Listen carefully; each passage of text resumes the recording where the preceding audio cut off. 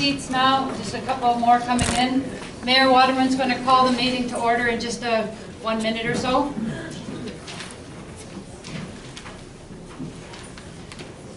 Before the meeting's called to order, I just want to point out a couple of things. Unlike last night, this is not a public hearing. This is a council meeting. The purpose of the meeting is for council to consider the next steps following the public hearing yesterday. The next step is the consideration of third reading, or how the application is going to move forward or not. There is no opportunity for public participation in this meeting. After the public hearing was terminated yesterday, that's the final step of where council can get any kind of new information. So before or at the end of the meeting, there won't be an opportunity. Once they make their decision, the meeting will be closed, and that will be the end of this particular meeting until the next regular council meeting. And then once again, I just want to remind you that council needs to go through this process of their own debate and their own discussion. As it was yesterday, it's very critical that there's no applause or commenting or shouting or anything during the time that they're having their conversation and their debate. All of the council needs to be able to express their opinions and have the conversation amongst themselves. So with that, I'll hand it over to Mayor Waterman to open the meeting. Thank you, Linda. So I'd like to welcome everybody to this special council meeting on Tuesday, February 6th. I'd like to call the meeting to order, please. Council, need a motion to adopt tonight's agenda. Councillor Peak, Councillor Carlson, all in favor? Carried. Thank you. Move it over to our planner, Mr. Strachan. Thank you, Mr. Mayor. As noted, we have an OCP and a rezoning application. The public hearing was last evening. This particular meeting is to consider 3 resolutions that are before council tonight. One is consideration of third reading.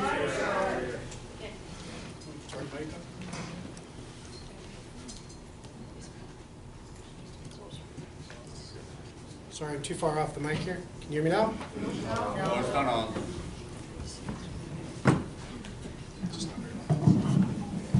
Can you hear me now? Yes. Loud and clear. Let's start that over again. So we have an official community plan amendment as well as a rezoning application for a property on Banks Crescent. We had a public hearing last night. We also received a significant amount of input over the last 14 months. Components of that input included components of infrastructure reporting, financial reporting, environmental reporting, as well as a lot of input that was received by stakeholders and members of the community. This evening there's 3 bylaws on the agenda for council to consider. One of those is the OCP amendment bylaw to be read for a 3rd time, as well as the rezoning. And the 3rd resolution is in regards to a directing staff to prepare and register a no build, no disturb covenant called a 219 covenant. It's named after the section from the Land Title Act, 219. And this is related to what council has seen in the reporting for the last year related to a development agreement. And this is the mechanism that allows for that to be registered on title. The other component that fits in with that piece of covenant is the road closure. So there's a portion of Banks Crescent that is currently not developed, but is still a road right-of-way. This area would need to be closed and form part of the parcel, and this covenant would allow no building or no construction, so no permits to be issued until that process was completed. And those are the covenants component. That is also the document which secures the amenity contributions. At this point, those are $300,000 towards upgrades on Solly Road, the $600,000 towards upgrades on Latimer, and the $100,000 towards underground electrical works east of the subject properties. The other components that fit in there are all the infrastructure pieces the council was presented in October and again in November, related to the direct costs for sewer and water and road and electrical works, and more particularly around the storm, excuse me, on how that specific servicing works to ensure that no stormwater is put into the ground on site or there isn't an excess number of water. Other components include 2 pieces that we've heard quite a bit about around the sediment and erosion control plan as well as the Aquifer Protection Plan, and any other further items the council identifies. Thank you, Mr. Mayor. Thank you. Okay, now, council, we have the opportunity to clarify things with our planner. So if you have any aspects of all the information we've received, you're free to ask the planner right now. And these are just questions of clarification. Discussion will take place once we bring a motion moved and seconded to the table. Then we can have the discussion. Councillor Peak. Yes, I have a question of the planner. Dean, when you talk about the road closures, these are on open road allowances that are within the building area? Yeah, there's a portion of Banks Crescent that is not developed. It actually has the Holmes driveway on it at this point, at the northern portion of it, and the small portion of the southern is not developed. And these are one of these right-of-ways that we have around Lowertown that were done as a two-dimensional plan without taking topography into consideration. So these roadways have never been developed, but they still remain district right-of-ways. So they have to be closed and then purchased in order to become a part of a development parcel. So the process would be, if it were to go forward, would be to complete that road closure. The developer would then purchase that portion of property from the district, and it would be consolidated with their properties. So this becomes part of the 219 covenant that would be required to be completed and would fall off the covenant once it was completed. Thank you very kindly. Anybody else? I have a couple of things, Mr. Planner. Two of obviously the major issues around this application are contingency water, and it's being my concern and everybody's concern, I think. And I just am concerned that it seems to me there's options around contingency water, and we talked about lake option. There's the spring there and so on. Is there anything that you can clarify around contingency water? There's a number of options that were evaluated throughout the process, and it began back in January of 2017. It began with looking at the potential of filtration or some form of tanking system in the facility itself that would allow for sediment to be either removed through filtration. What they found on that component of the actual putting a filter on all of the aquifer water was that it was too much volume in order to adequately deal with the water to the extent that was required if there was turbidity that came into it. The tanking system, and as far as settling water out, was not carried too far forward, and we moved into consideration of the well from that point. So we saw reports coming to council all the way through those early months of January and February talking about the well piece. There was comments regarding the filtration piece as well as the potential for an internal system to expand essentially what they're doing now, which is recycling the water. They have a system that allows them to recycle water for hours if there's a turbidity event. The other component that was looked at was the deep water intake potential. There was a number of intricacies around that. So there was what the actual water source would be, whether the district ever actually got to the point of considering actually utilizing one of our licenses for it, or whether they would require the LARC group to get their own license. It never got to that point before they moved forward to looking at the Aquifer Protection Plan. So when that was received and there was a response from Freshwater Fisheries that would be considered, but in that letter they also stated that if they weren't satisfied that the Aquifer Protection Plan would meet their criteria, they still reserve that request that there be a contingency water source. That report went to third-party review by Golder and Associates, and then came back to council in January of this year. And that's where we've gone forward from there to public hearing and to where we are today. Okay, thank you. So there's no other, Councillor Peak, sorry. Yes, Dean, there's seemed to be a discussion in the public that we had passed a resolution that required us to follow through on particular points from the hatchery. To my recollection, we did not pass a particular resolution, we receive the report?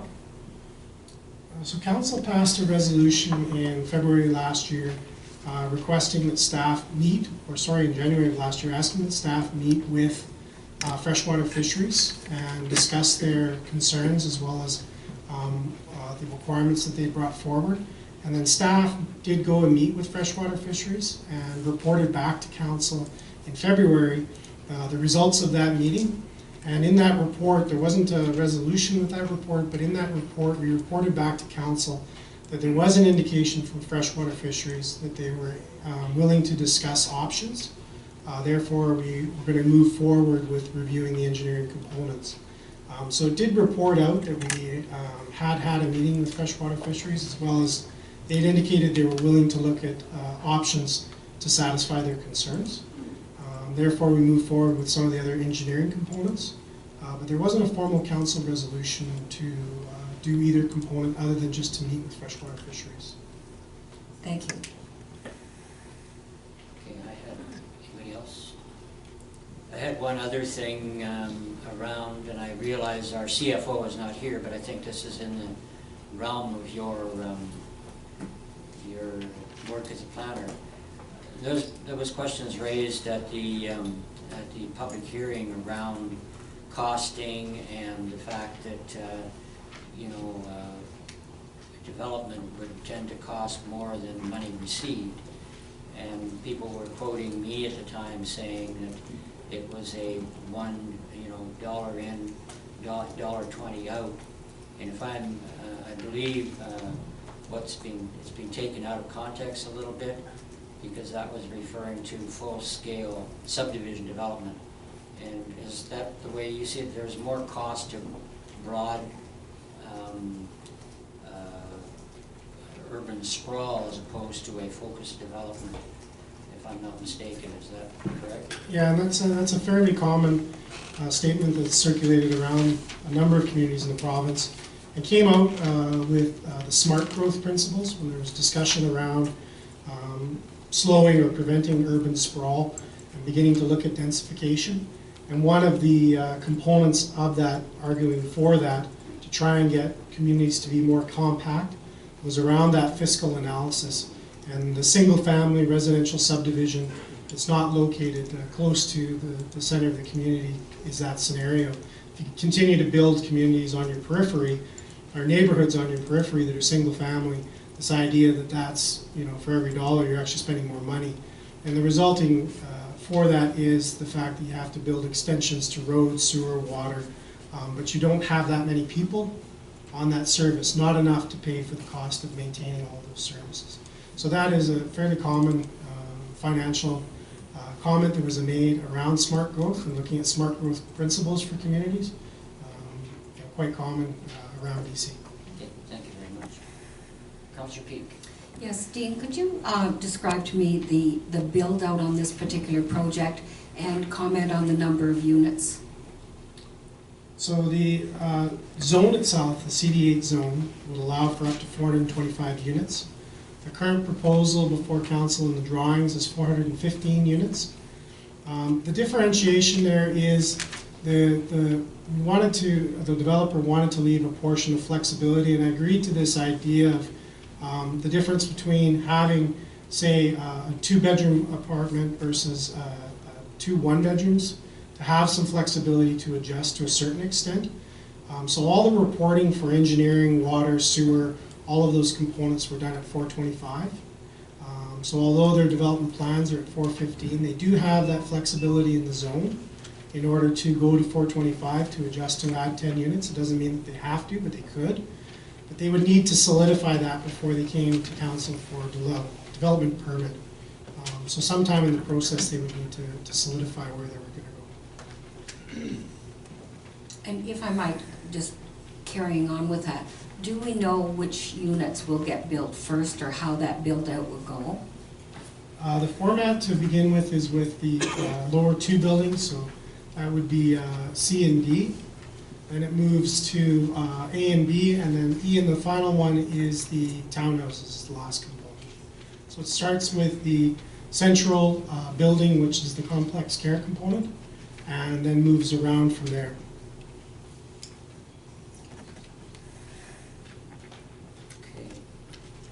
else, council? Okay, we can move forward. If you go to the second page of your agenda, you'll see the staff recommendation, etc. And the first two bullets there are the first motion. Am I correct in this, CL? Staff didn't make a recommendation, it's just the, Yeah. it would be the next motion to consider. Okay. Because they're labeled 1 and 2? Yes. Yeah, okay. So if council would like to bring that forward, we need a mover and seconder, and then we can discuss the motion. We'll go to rush. Councilor Peak. I'll bring the first motion forward, that the official community plan amendment at 13610 Banks Crescent, bylaw number 2016-042, be read a third time. May I bring the two motions forward? I would bring the second forward, that zoning bylaw amendment 13610 Banks Crescent, bylaw 216-043, be read a third time as amended. Thank you. Need a seconder, please? Councilor Booth, thank you. Okay, all in favor? No, pardon me. Hey, I'm jumping ahead of myself, sorry. It's an automatic reaction. Nothing to do with the issue. Okay, we're open for discussion. So, fire at will at each other. Okay, who's first? Anybody have any discussion points? Councilor Peak. I'd like to say that in considering the official community plan amendment and the zoning bylaw amendment, I've read and studied all the reports, reviews of reports, and third-party reports. As with all of council, I've heard from and spoken with many residents of Summerland, both for and against this project.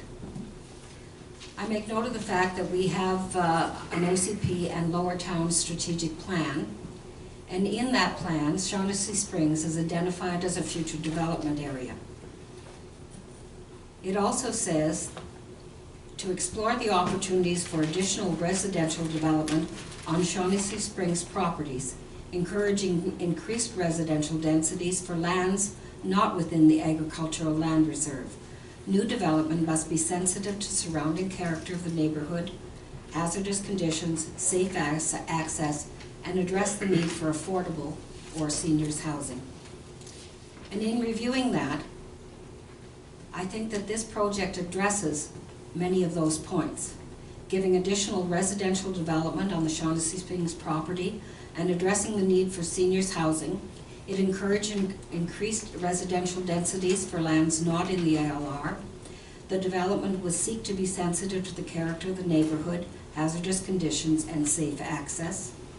The development is in a valley and below the rim of that valley where it will cause the least disruption of view to the surrounding neighborhood. It is not being built in the red zone, but on the valley floor. There will be no blasting and nor deep pilings. There will be 2 accesses to the property. In regard to the fish hatchery, I have regard for the fish hatchery, their employees, and the work they do, as well as the economic recreational contribution to the province and to the angling public of BC. We have received many reports from professionals, engineering, geotechnical, hydrogeological, environmental, traffic, erosion, and sediment control, and there may be others I have not listed. There are many recommendations within these reports which will look to monitoring, mitigation, responses, vibrations, construction activity, provisions of aquifer and spring water quality monitoring, erosion, and sediment control. The Golder third-party review required by the district expanded on these for greater measures of protection. There will be 2 monitoring wells to assist the hatchery and the developer for an early warning alert of possible turbidity. Even within a range of elevations in the project as identified by the Pit 2 Associates, it is likely that all construction will be at least 20 meters above the water table, and therefore the proposed structures would not intersect or impede the natural groundwater flow system. As per the traffic study, Solly is already a collector road. Any work that is done to upgrade it will improve conditions. Under community land use and relevant high-density residential high-density residential designation, both objectives and policies. I see where there are points that would be relevant and apply with this particular development.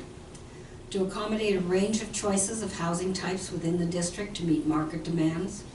Encourage energy, water, and resource conservation through best practices of neighborhood and building design, including compact development, high densities, green building, and transportation connectivity, together with efficient servicing, design, and site planning. Ensure residential developments are located where they can be efficiently serviced and linked to the existing infrastructure without the taxpayer needing to contribute to initial capital improvements or excessive operating costs.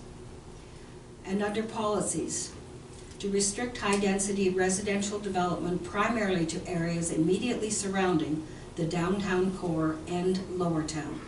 These locations offer the day-to-day commercial needs, community facilities, and park necessary to support high-density development. The appropriateness of new high-density residential designations should be based on the following criteria: compatible with adjoining uses, adequate separation or mitigation design is proposed to integrate the development with surrounding uses, the new development has direct access to a major collector or arterial road, the building and landscape design shall address and be consistent with the requirements outlined under section 21.0 multi-family development permit area guidelines, and the development will appropriately cater to a range of the community's demographics, for instance, seniors, singles, or young families. This will work towards seniors. As per the traffic study, Solis is already a collector. I've said this, I'm sorry. The site in the urban growth area with access to infrastructure within 5 minutes of amenities. This will continue to improve the work we have seen in Lower Town over the last 10 years and in keeping with that trajectory. I see the development potential within this area. Thank you, Mr. Mayor. Anybody else? Any? Yes. Councillor Holmes and Councillor Carson. Councillor Holmes.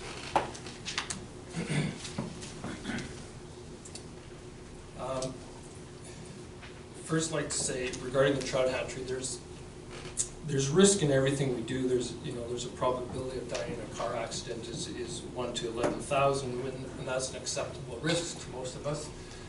I don't know what the probability of turbidity in the water affecting the trout hatchery. I don't know if it's 1 in 11,000, like dying in a car accident. I don't know if it's 1 in 11 million. I don't know if it's 1 in 11 billion. I have absolutely no idea. For the trout hatchery themselves, obviously, they want no risk at all, and is that reasonable? I have no idea. I don't think I have adequate information to really properly assess the risk to the trout hatchery. Mr. Gergen, when he presented to council, he noted that none of us on council had visited the trout hatchery. For me, visiting the trout hatchery would mean that I accepted the premise that there's nothing wrong with the project, that the issue was the location. I think that first we need to determine if this project serves the needs of the community, and then worry about the suitability of the location afterwards.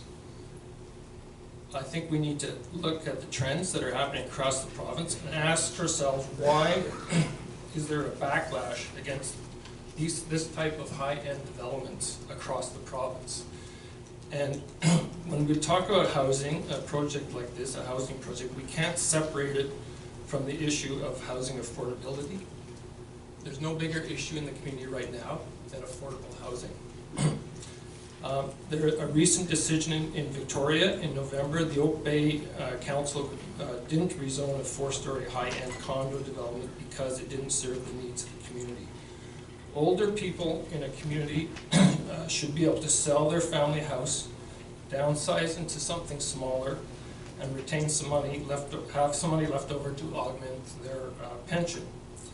If the price of a condo is more than what they can get for their house, then it's not going to serve the needs of the community. And this is the exact same situation here. there won't be local people buying these units. There'll be people cashing out of the Vancouver market, bringing their extra purchasing power here, and driving up local prices, squeezing out local people. We heard at the public hearing a young woman from Surrey talking about how her parents were looking to downsize and they couldn't afford to stay in the lower mainland, so that's why they're looking to move to the Okanagan. Where are people in Summerland going to move when those prices are driven up? Are we going to all move to Saskatchewan? I have to note that in the majority at the public hearing, the majority of people speaking in favor of the project were from the lower mainland. The majority of people against it were from Summerland. We know affordable housing is not a supply issue. These kind of developments are part of the problem. They result in more expensive housing. We've researched this, we know this.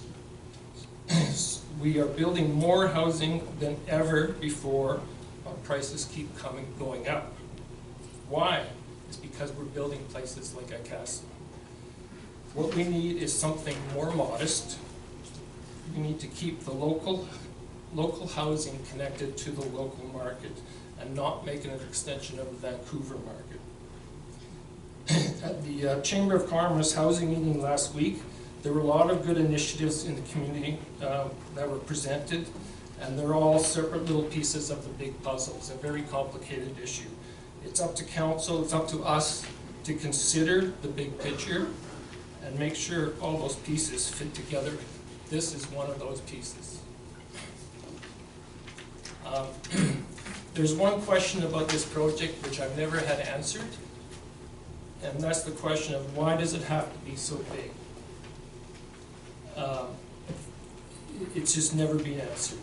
And we heard at the public hearing that there's not many developments of this scale anywhere in the Okanagan.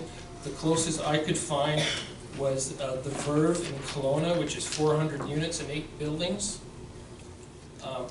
And I don't think we can go from a community where the largest condo development is, what, maybe 30 units? I don't know what the Rosedale is, maybe 30 units, to 400 plus units like that. It's like going from Pee Wee hockey straight into the NHL. It requires progressions. You know, you can't just become Hong Kong in one swoop. A community has to go through different progressions and inclinations, and it's just too big, too sudden of a change for people. Somebody said at the public hearing last night that planned development at a pace residents can keep up with. Mr. Tawashi from the Lark Group asked, if not now, when? The simple answer is when the community is ready, and right now we're not ready. Other places where you'd have a development that's going to increase the population by 9%, it would require a social impact assessment. It's a big city tool, but if you have a big city project like this, it's the sort of thing that we would need to do. Another thing we heard at the public hearing last night is the precedents that could be set. If we approve a large-scale development in this location, how can we or any future council turn down any other large-scale development in any other location anytime in the future? And in October, Saanich Council rejected a 4-story development in Cordova Bay because it would set a precedent for the rest of the area. Approval of one large development would have a domino effect. We need to consider the long-term impact on the character of our community. I was extremely disappointed at the initial staff report in November 2016, which dismissed our cultural plan entirely, saying it would have the effect, it would affect the neighborhood character rather than the community character. I find that that's disingenuous. It's going to affect the whole community. It's a major change in the direction of how we want this community to develop. As Winston Churchill once said, he was mentioned last night in the public hearing, we shape our buildings and thereafter our buildings shape us. I also heard in the public hearing last night is why Do some people want Summerland to be something it's not? When I moved here 15 years ago with my, at the time, preschool children, the reason we chose Summerland over Penticton was because it didn't have these huge mega developments. And this is what attracts people to Summerland. It's our unique selling point. It is what draws young families here. And we have to recognize that's an asset, and we'd be biting our nose off to spite our face. I just don't understand why we would do that. I think I'll stop here. I'll go back. I got more to say. Running out of breath, are you? Okay, anybody else? Oh, sorry, Councillor Carlson, you were... All right, so I'd like to start by thanking staff and the proponent, Freshwater Fisheries Society of BC, and the public for their ongoing participation in this process. I recognize it hasn't been easy, and I recognize and acknowledge that it's taken a lot of time and energy from all stakeholders involved. When we were elected, the community told us to protect our agricultural assets and to preserve the integrity of the ALR. That's what we fought for. We also said we wanted to encourage growth in existing urban neighborhoods. I believe that this is happening, and it will continue to happen. We made the decision to change one significant urban growth boundary. This council did that. We eliminated the West Prairie Valley land from the urban growth area, suggesting we will have further conversations about what to do with that land. Other minor adjustments also occurred at that time. We knew that doing this would limit building opportunities on undisturbed land, but it has encouraged densification, and we are starting to see those results. The land in question through this process at Banks Crescent has been in the official community plan as part of the urban growth area for over a decade. This parcel of land has not been identified by the BC government as land to be protected for agriculture. It's not in the ALR. It has, however, been an orchard and a vineyard. But we do need to recognize that in the OCP, it is labeled as a possible site for future residential development, and the OCP suggests potential zoning to allow for medium density on this spot. Medium density should be allowing up to 25 units per acre and allows multiple family housing as well. This is the plan that the community and the neighborhood created, and we did not, as council, change this component of our OCP. I believe that the landowner, as stated in the public hearing, has interpreted the plan and looks to capitalize on his investment. So the development in question was first brought before us in spring of 2016. The proposal that we received at a committee of the whole meeting was a 315-unit, 5-story seniors complex that would address aging in place. It's in the executive summary that still remains on our website. We all asked questions and we gave input at the time. So if we fast forward to today, the final iteration of this complex would be a 55+ seniors facility with 415 units and multiple 6-story buildings. Through this process, we have learned a lot about the potential site at Shaughnessy Springs. We've heard a great deal from the Freshwater Fisheries Society of BC and the local trout hatchery. We have asked for their input. They remain opposed to this project because there is a risk to their water source. The developers had an opportunity to embrace Shaughnessy Springs and seek a solution to protect and enhance the hatchery water source with an acceptable technology or design. I believe this is possible. They were tasked with the challenge to guarantee the water supply. They have made no such guarantee. LARC has failed to develop a robust and integrated mitigation strategy for Shaughnessy Springs and our local hatchery. It's therefore my conclusion that we cannot allow a project of this magnitude to occur in this location as is proposed.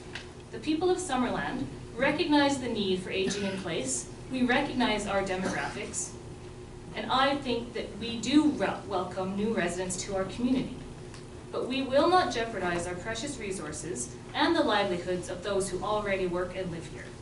I believe we can do better than this. Thank you. Anybody else? Councillor Booth.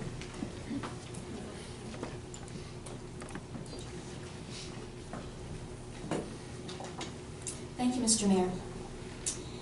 I'm going to start with how I'm going to be voting on this. I think that most people know already. It's certainly around the council table, they know. I will be voting against the OCP amendment and the rezoning of 13610 Banks Crescent because, 1, the proposal does not fit within the OCP, this community's visions for Summerland. 2, the development could have a significantly negative impact, and it could have a significantly negative impact on a neighboring stakeholder, specifically the Summerland Trout Hatchery. And 3, the development is not compatible for a number of philosophical reasons. And this is my philosophy, not necessarily council's. I'll speak to these reasons individually, and they are not necessarily in any order of importance. The official community plan is a visionary document that is a collaborative effort of community members, government, business owners, and other stakeholders. The OCP is developed to guide the district in its decision-making around planning and land use management. While the document is not static, significant changes to the OCP, such as the proposed amendment to accommodate the ICASA development, requires significant consideration and community engagement. There has certainly been community engagement, and I thank everyone for their participation. In the Lower Town Strategic Plan portion of our OCP, it states that the district will approve only developments that are compatible with the form and character of Lower Town and the Summerland community. High-density development at 60 plus units per hectare, such as the proposed ICASA development, does not do this.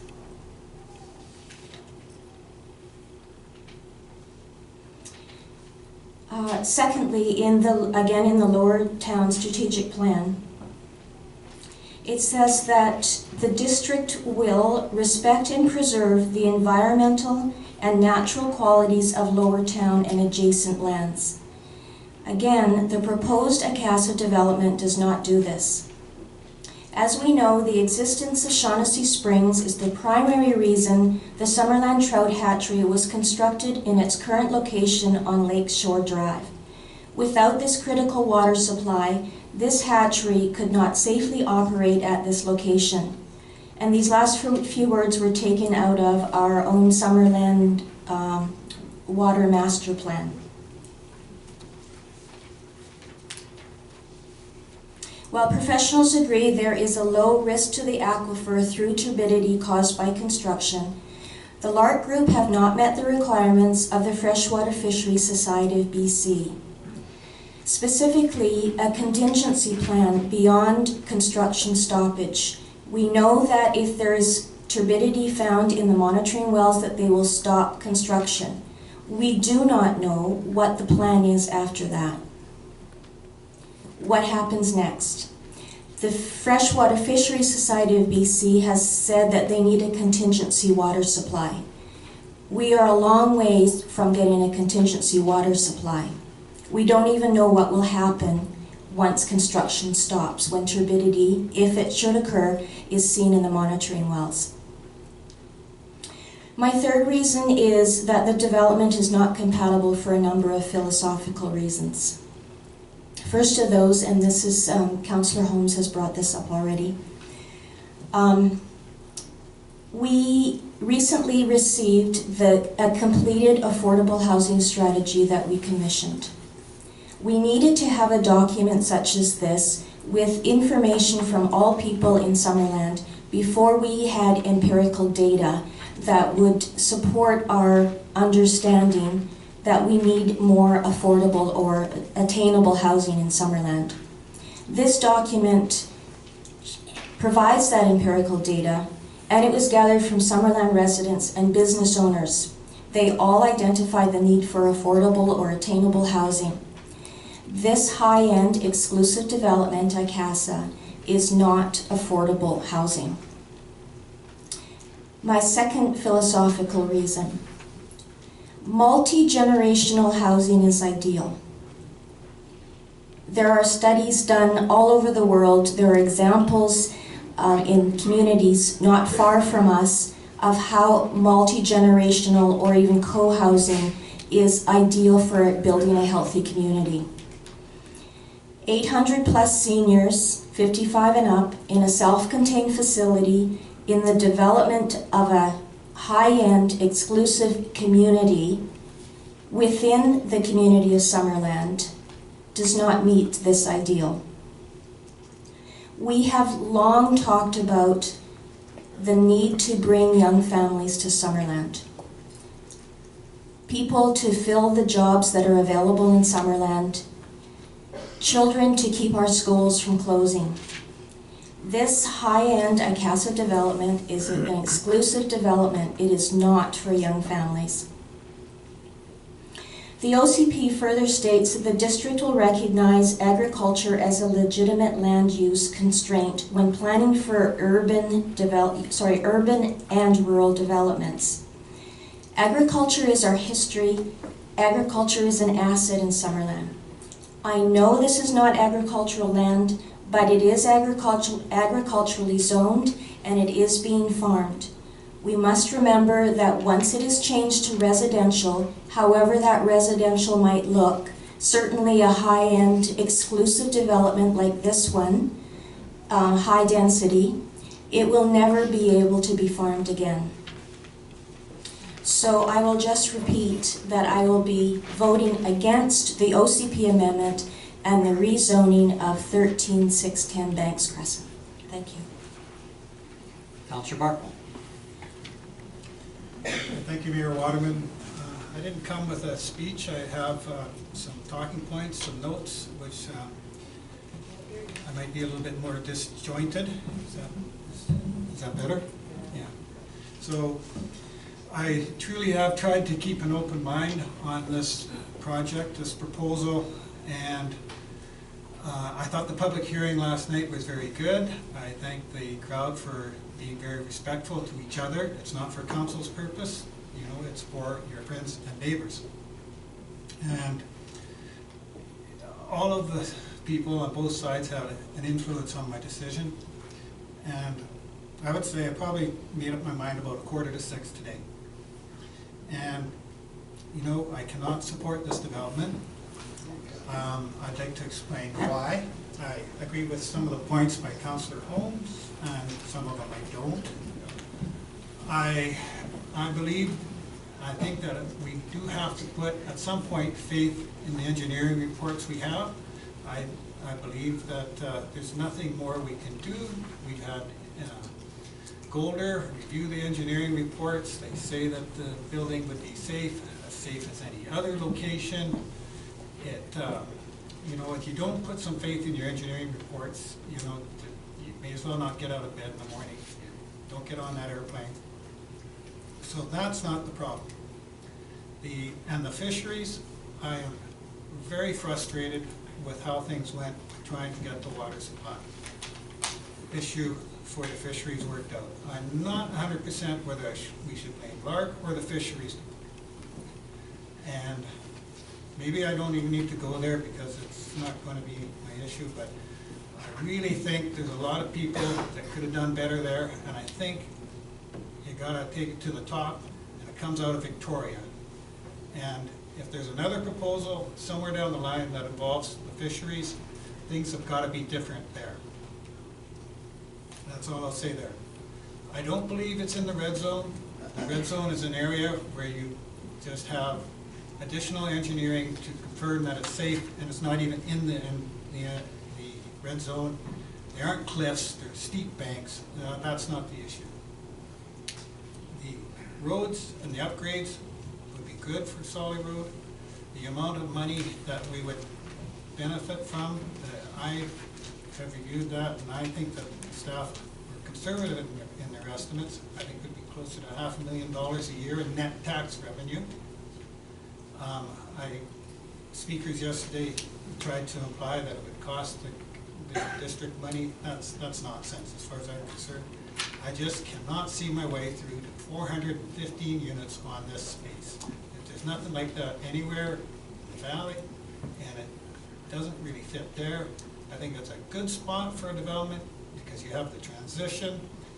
It's a difficult thing to have tall buildings next to residential areas. The steep banks, the hillsides provide that buffer. It's not going to really destroy anybody's view. They'll be looking at rooftops and stuff, but it comes down to, I really wanted this project, but I couldn't fit 415 units in there. So Trainer. I appreciate the hard work, energy, and research that has gone into the preparation and analysis of this proposal. The District of Summerland, Lark Group, the Summerland Fish Hatchery, Summerland residents and businesses, as well as our council, have collectively put in hundreds of hours. I believe this was a necessary exercise. We needed to know all of the facts, the possibilities, and the pros and cons. Because of these efforts and the information presented, I can now make my decision. We will never have certainty on everything, nor can we expect it. At some point, after reasonable exploration, a decision must be made. I have heard all the sides, I have read and understood the reports presented to us, and I trust this information is accurate to the best of the professionals' abilities and knowledge. I have also conducted my own research and can confidently stand by my vote. I feel there is no right or wrong answer here. As an elected official, I felt a huge responsibility to make a fair, reasonable, and informed decision, as well as to keep an open mind. In line with the recommendations from the Agricultural Advisory Committee dated October 21st, 2016, and the Advisory Planning Committee dated October 28th, 2016, I cannot support this proposed OCP amendment and rezoning application. This property is currently identified in the official community plan for possible future medium-density development. Through my analysis of the OCP as well as the Lower Town Strategic Plan, I feel this proposal to change the designation to a high-density comprehensive development zone does not fit with what the community wants for this location. Nor does the proposed development, including its design, scope, and construction, enhance the surrounding neighborhood and overall community character. The Lower Town Strategic Plan states in its objectives that the integrity of residential neighborhoods must be preserved and protected, and the environmental and natural qualities of Lower Town and adjacent areas are to be respected and preserved. It further recommends that we, quote, explore opportunities for additional residential development on Banks Crescent properties, provided the development is sensitive to surrounding neighborhood character, hazardous conditions, safe access, and addresses the need for affordable and/or seniors housing, end quote. While Lark's proposal could in theory meet some of this criteria, after much exploration as recommended, I feel that it does not satisfy the intent, particularly matching the neighborhood character or offering an affordability component. The Lower Town document does recommend that Lakeshore Drive is best suited for higher density developments. A high-density development at the Banks location for seniors does not allow reasonable walkability or connectivity to our downtown or Lower Town, leaving residents reliant on vehicles for transportation to shops and services. I am concerned that even with substantial infrastructure upgrades, this already established neighborhood of narrow streets would still be poorly equipped to handle a development of this size. This 400-plus unit project may also jeopardize the freshwater aquifer that supplies the Summerland Fish Hatchery. I am not comfortable with this risk. I appreciate that the developer has committed to its aquifer protection strategy and to donating $200,000 to the fishery, to the fish hatchery. However, the reality is this. Although the third-party peer review by Golder Associates confirmed there is a low risk for turbidity, if turbidity should occur, there is no plan to secure a safe and reliable alternative water source. The developer has stated they would stop construction if turbidity occurred. However, it is unclear what would transpire after that for all parties involved in the days, weeks, and months following. The aquifer is a unique and irreplaceable natural feature. It is critical to the hatchery's operation and could possibly provide drinking water in the future if needed. In my opinion, it needs a great level of protection. Finally, I think it's important for council to consider the not in my backyard argument. I think neighbors have a right to say, not in my backyard. In this case, it's valid. The development has the potential to change the quality of life for people living in that area. Sometimes, a great opportunity does come along, one which may be for the greater good of the community and warrants changing the OCP. However, through this process, I did not come across substantial benefits that could outweigh possible negative impacts. In closing, as much as this development would increase our tax base, improve infrastructure, and provide housing and care options for our aging population, in my opinion, the scope and location of this project are not a good fit for Summerland. However, I believe there are many more opportunities for developers to bring innovative and exciting projects to our town. These could include proposals for integrated seniors housing, as well as projects that are inclusive and accessible for all ages, environmentally progressive, and fit within our OCP. Thank you. Looks like I'm the last man sitting. Okay, we'll just say a few words. It's obvious where things are going here. But when I came into office, there were definitely concerns around the economy in the town. We had empty storefronts. People were concerned about jobs. At the time, we had, as you know, Council, our reserves are very low. We worked hard at trying to rectify that. In order to do that, we've all been a party to it. We've got a whole new set of staff that are, I would believe, and I think you would agree, very professional. And in fact, the professional nature of that staff came to the fore last night with the incredible mechanics of the public hearing. I've been involved in this for 15 years. I've never seen anything as well coordinated and as well received by the public or council, or the press for that matter. So it went very well, and I was very pleased with the participation. But going back to my point, the major aspect initially coming into council was to try and do something about the potential downturn we were running into with services and our infrastructure. Over the next number of months, we're going to, as you know, we've moved forward with our asset management plan.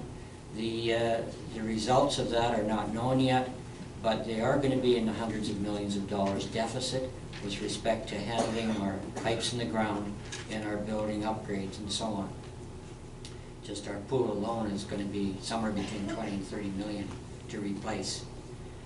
So, you know, I asked myself, and I continue to ask myself, where's the money going to come from? And granted, you know, we've had the argument, dollars aren't everything. And, you know, I'm one who actually has never worried too much about how much I bring in, as long as I have the lifestyle of go hiking, et cetera, et cetera. But I'm just really concerned here about the future with respect to our downtown, our ability to bring young people in for jobs and so on. Now, we've had some substantial changes recently, but I looked at this particular project as bringing in a number of young people to actually service the older people. It's not going to be the over 55s that are doing the legwork in any institution. It's going to be young people with families. So, and they're going to need places to live. Any one of us that are presenting, and I see quite a few people out there that if they have hair, it's the same color as mine. And they're going to need a place to go. Their house is going to be empty when they do move. And when it comes to affordability, I'm afraid the same term has been used in Trout Creek. You know, it's a matter of, is it affordable? And what it amounts to is, and the definition is, don't use any more than 30% of your gross income for housing.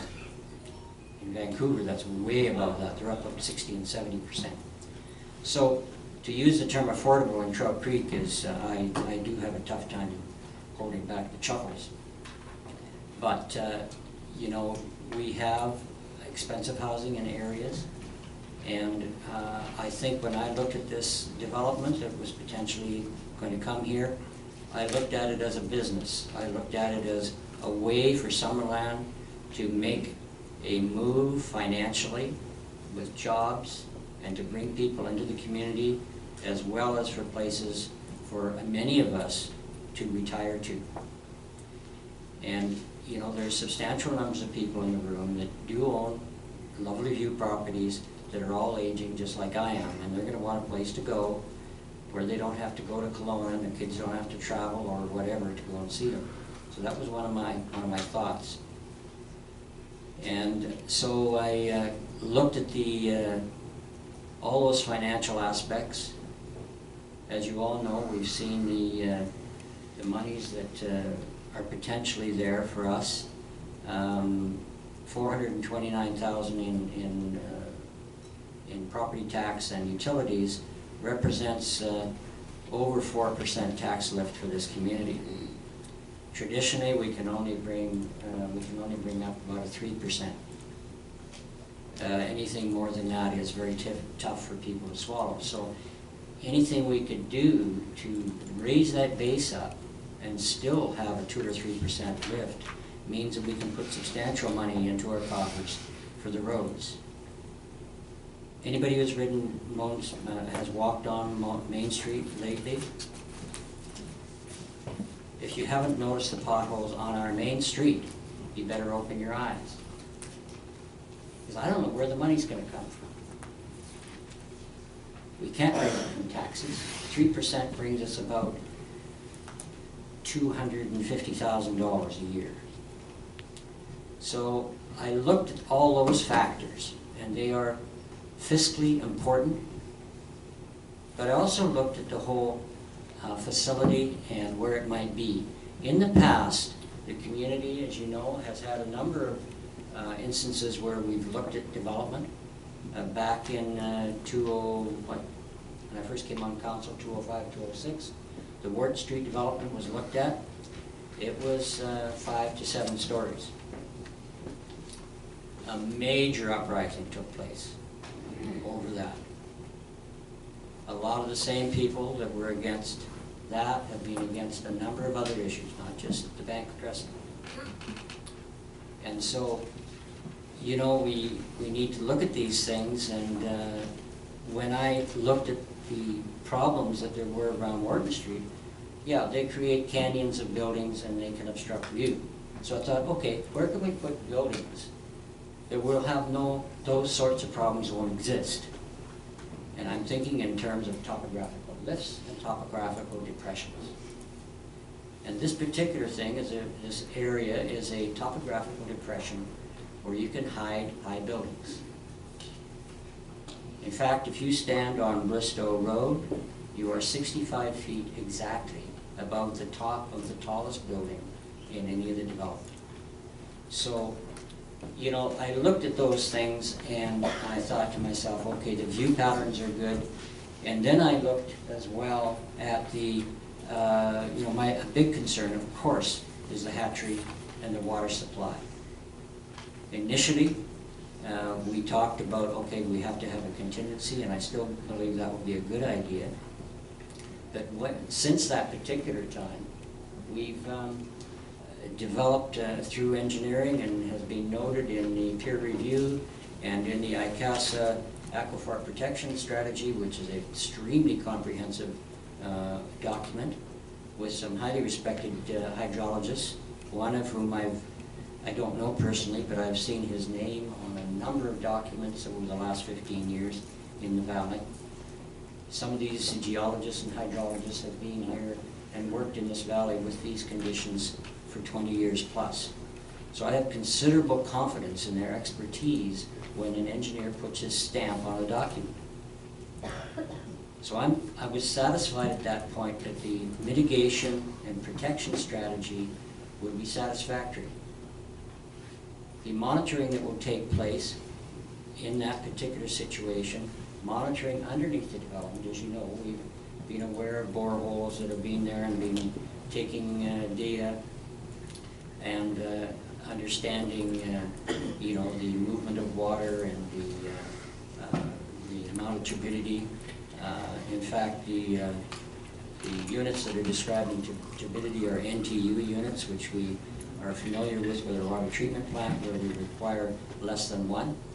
And on the aquifer level, they are down in the range of 0.2 to 0.47, something like that. So they are below 1. And the monitoring that would take place there, as far as I was concerned when I read the reports, was to give an early warning system for anything that may be untoward as far as the hatchery's water supply. At this present time, the hatchery has, other than the data logger that was put in place in August, they've operated for years with absolutely no ability in any way for sophisticated monitoring for an extremely crucial, highly valuable resource to the whole fishing industry. Despite the money that they've supposedly, and I have no reason why I wouldn't trust the numbers, $100 million associated with this hatchery for the province. Out of that, there's never been any money for more sophisticated monitoring to ensure that their resource is in good shape. In other words, when they do their monitoring, they have absolutely no monitoring capacity where the spring erupts. They have a sump connected to a 200-meter pipe that delivers the water. The first notice that staff has of any turbidity is when they look in the fish tanks. You cannot see anything less than 5 NTUs. The human eye will not detect turbidity less than 5. So as I understand it, for fish survival, as soon as, depending on whether they're fry and eggs, it runs around 20 NTUs can be start to be a problem. So, you know, as far as I'm concerned, they haven't really looked after themselves in terms of, I mean, I went to school, God, I can hardly count the years, but it's a long time. And we've had the ability to do more sophisticated monitoring than the human eye for decades. Why hasn't it been done? And when I look at the opportunities that are being presented here for an option to have not only sophisticated monitoring from the aquifer under development, but also there's been the offer of fairly highly sophisticated monitoring on site to give the freshwater fisheries much more warning than they have now. So I thought we had moved with this development a long ways in assisting fisheries. Granted, the absolute contingency water, which we'd all like to see, has not appeared at this point. But the amount of protection and information that was brought to bear with this last protection strategy we've seen is intense and is delivered with a high degree of competency. So with all those considerations, and you know, I do consider what the folks in the area would be going through. My heart goes out to the difficulties that you might incur. But I also look at the whole community. Every business that I've talked to, that I've been involved with, has said, I hope this is going ahead. We need more business. And we need more money in the community to have more street traffic, to use various things in the community. So, you know, granted, there may be more things come along. There certainly has been some more activity out in Upper Town and a lot more building in the last 1.5 to 2 years. But I looked at this opportunity, if we can mitigate, as I think we have, mitigated the difficulties around the hatchery, and I'm entirely satisfied with the engineering reports around structural design, construction, dealing with stormwater, et cetera, the upgrades to roads, and so on, that will not happen for a long time. That this was a real opportunity for the community. So I was having to look at the whole community and what the overall benefits would be, and that's my job, is to take the whole community into account and weigh all those factors. And weighing all those factors in a balanced way, as far as I was concerned, meant that I was going to vote for this development. I'm not entirely happy with all aspects of it, but I don't think anybody would be happy with every aspect of it. It ticks a number of boxes for me, and so that's where I sit, so thank you. Councillor Peak. Thank you very much, Mr. Mayor. I hope everybody in this audience truly understands the difficulty at analyzing this kind of a project and how articulate our council is. I didn't thank everyone as many of the councillors did, but I certainly appreciate the attention that the public have given to this, the work in the staff, and the work from the developer. I would like to ask Dean a question. Dean, my understanding is that planning does not set precedents. I think that an approval of one project, or one rezoning, does not set precedents per se. Council's unfettered in future decisions on rezonings or OCP amendments. I think that was the question. Yes. So no, it doesn't set a precedence legally for council to approve other projects. Correct. So in approving any particular project, it does not say that you have to go on and approve another project that may be similar, or that you would make reliance on the reasons you made one decision. Correct. I'm interested in the comment that it's too many units. This town is ready to grow. Our urban growth strategy speaks to that. It speaks to Lower Town being part of that. It speaks to high density development going into that area. It speaks to the need for certain servicing. Seniors is one of them. I do not expect every project that comes forward would be affordable housing. I think what we need is diversity in this town, and I think we need a strategy to get there. I think this is one development that allows a certain kind of strategy. It gives a number of opportunities within the buildings that are involved in it. I think, as the mayor spoke to, that it is geographically a good location because the depression allows for a height that you may not put in other places. I think that this town would be excited by 400 new people coming here. I understand the anxiety and the distress in the neighborhood. The impacts there are quite different than what they expected to. I think the opportunity for growth in the community is very important, and the kind of diversity that would be allowable in this type of construction, both for memory care unit, for independent living, which allows for some opportunities for help. Not all seniors want the same thing. Some people do want to live in a seniors living in place, others don't. The possibility for an injection of new people into the community, not just those that might sell their homes and buy into a particular building opportunity. I can't judge where the market will go with this kind of thing, and I don't begin to prescribe who may or may not live there. Affordable units for seniors, and I worked within the seniors context for 5 years. Affordable beds are afforded by the province. They are subsidized. Any particular seniors development can apply for those beds when they are opened up by the province. There is no guarantee that they will be the ones awarded for those beds. That is how you get affordable beds. It's not necessarily in a seniors context that you're going to get it in every development. So I think that that's something that people need to better understand. I think that this is a potential for our community, and I think it would be very sad for it to be turned down. Just take note of one comment from Councillor Peak.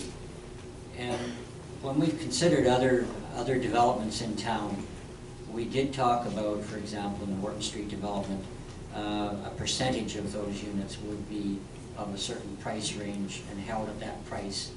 That was one of the considerations in the development. This was never considered in this particular development. I look at this, as I say, it's a type of business that's, you know, it's not a pulp mill. It's a very safe, quiet style of business, and the Okanagan is primed for that type of business. And so that was another reason to look at this as a reasonable business that could be in the area. I would hope that we would have additional opportunities down the road, affordable or not, in terms of affordable meaning for low income, as I understand people like to use the term here. So there's going to be a balance, but I'm not one to try and, even though I have a strong social bent, as many of you may know, I'm not going to play with the free market. The free market is there in our society to operate, and it's not wrong for people to make money. So people have a business plan, they work to that business plan, and they try to be successful. Somehow in this community, I believe there's businesses that are now empty that perhaps do not have an adequate business plan. At any rate, Council, I think we're probably ready to move forward. I had asked to speak. I'm sorry, go ahead. Thank you. I have a couple of responses both to what the mayor said and what Councillor Pete said.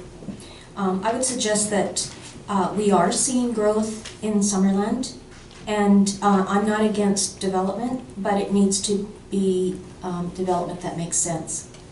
I just want to give you a couple of examples of the development permits and applications that have come through our very busy Development Services Department in 2017 and moving into this year.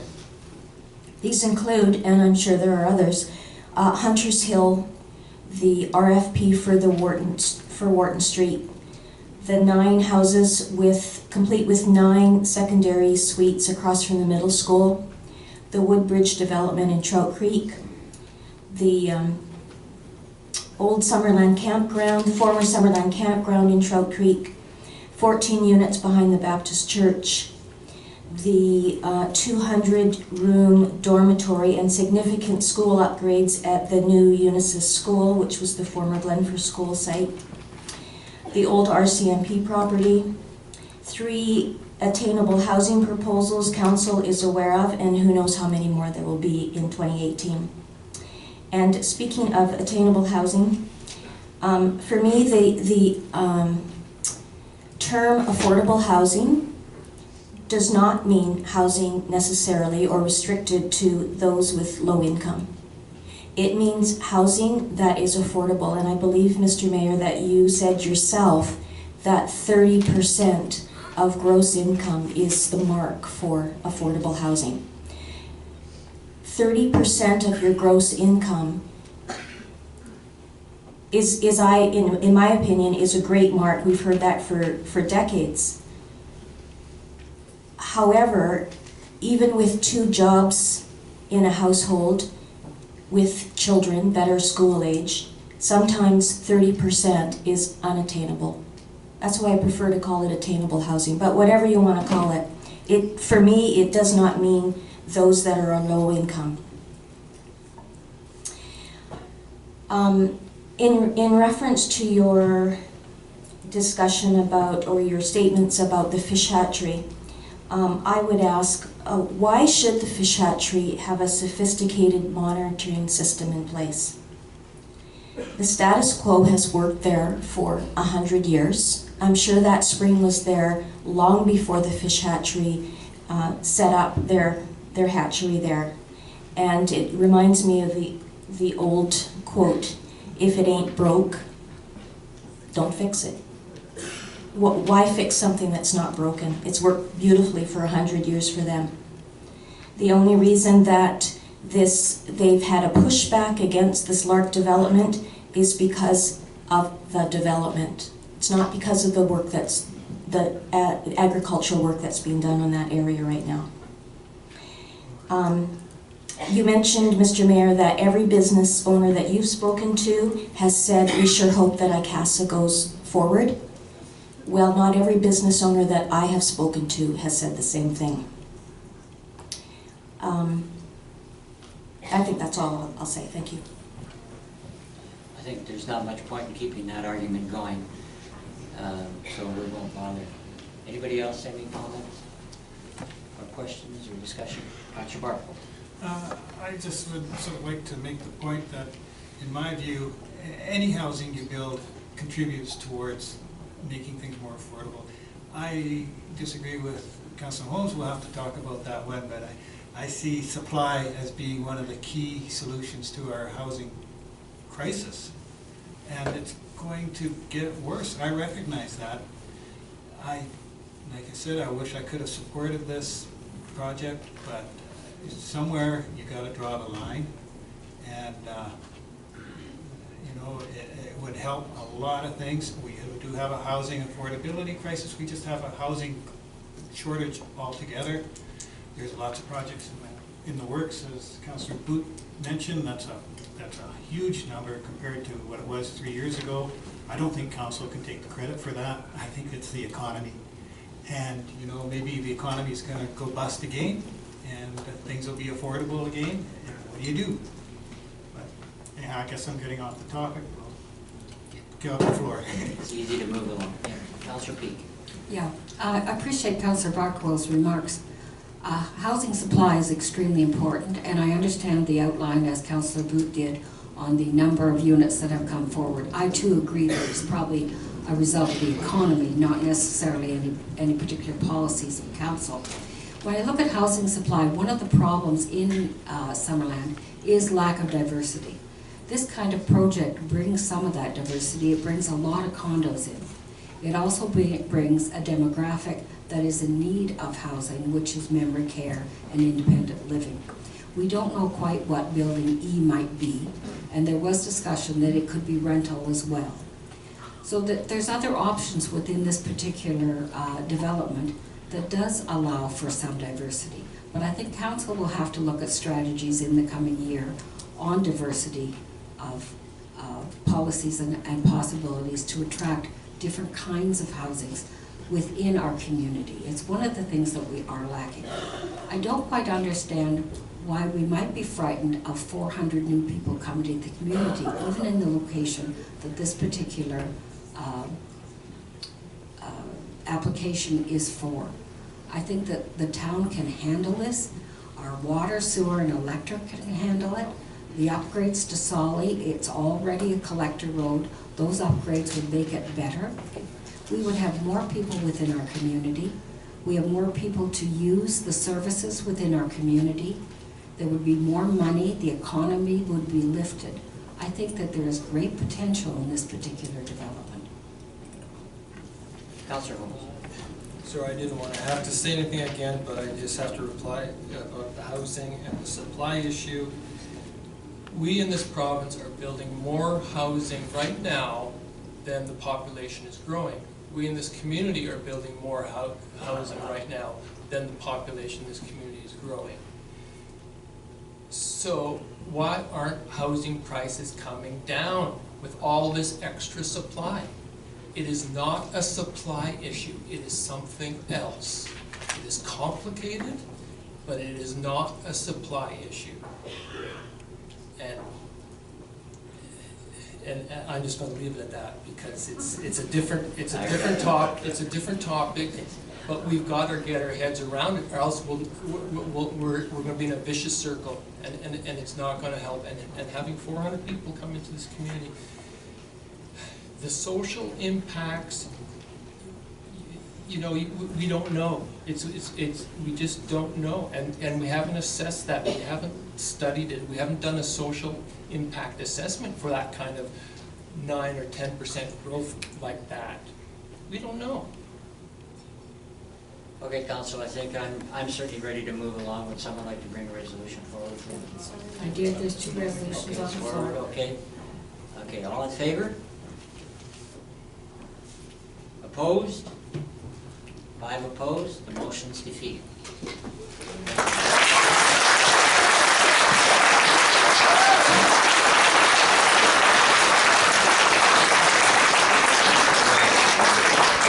So I'd like to have a motion for adjournment, please. Councillor Peak. Carlson. All in favor?